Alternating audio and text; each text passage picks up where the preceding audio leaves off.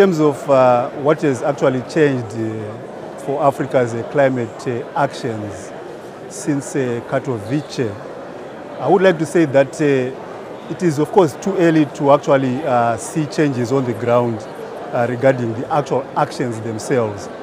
However, Katowice was a very important moment in the process of implementing the Paris Agreement.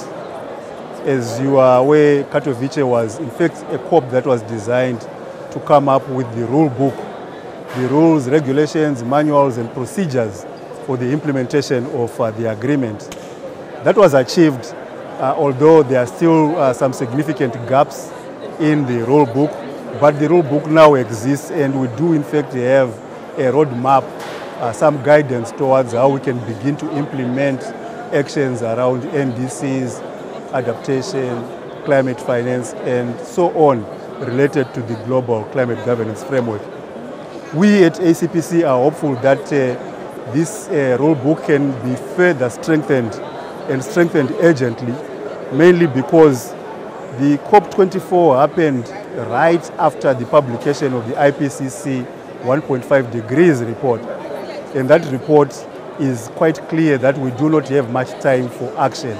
In fact, there's only 12 years for action if we are to contain global warming within the 1.5 degrees.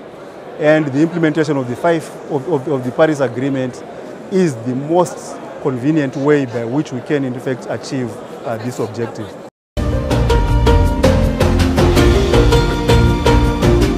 Africa has been showing leadership for climate change for many years now.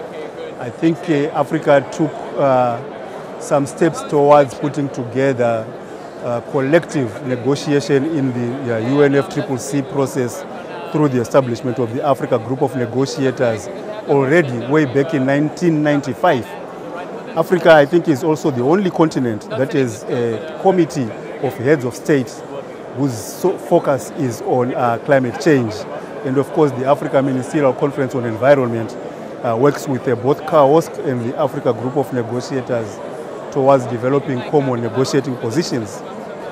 African scientists and policymakers are also getting increasingly more involved in the IPCC process of analyzing and producing information and knowledge to support decision-making on climate change and climate governance.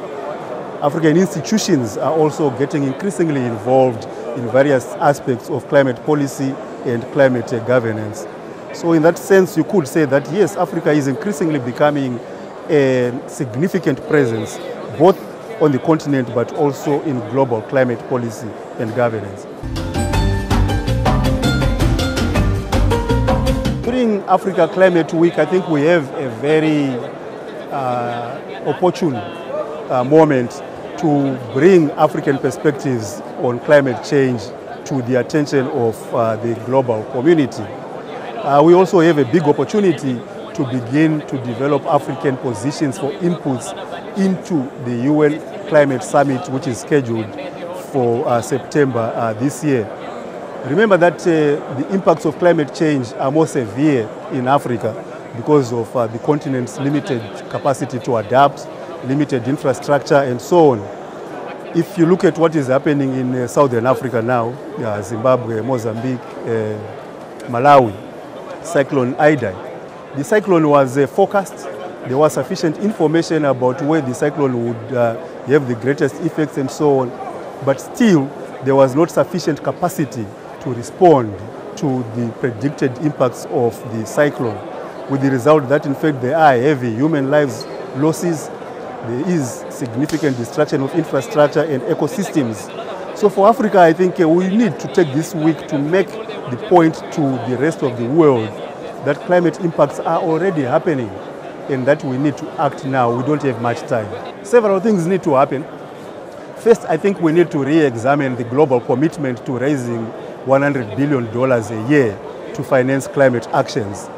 Revisit it in terms of firstly understanding the adequacy, or rather the inadequacy of the $100 billion a year. I would suggest that the damage in Southern Africa alone from this one event is probably in excess of $100 billion. Secondly, I think we need to ensure that the commitments that the developed world has made towards contributing to climate finance are met and met urgently. And for that to happen, I think we need to put in appropriate mechanisms to encourage developed countries to meet their commitments.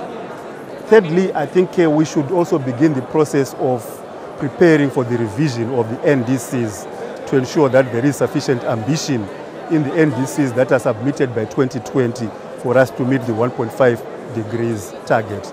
If we don't have adequate finance, adequate capacity, and also adequate goals and mechanisms to reach those goals, then I don't think that we are ever going to achieve the 1.5 degrees target.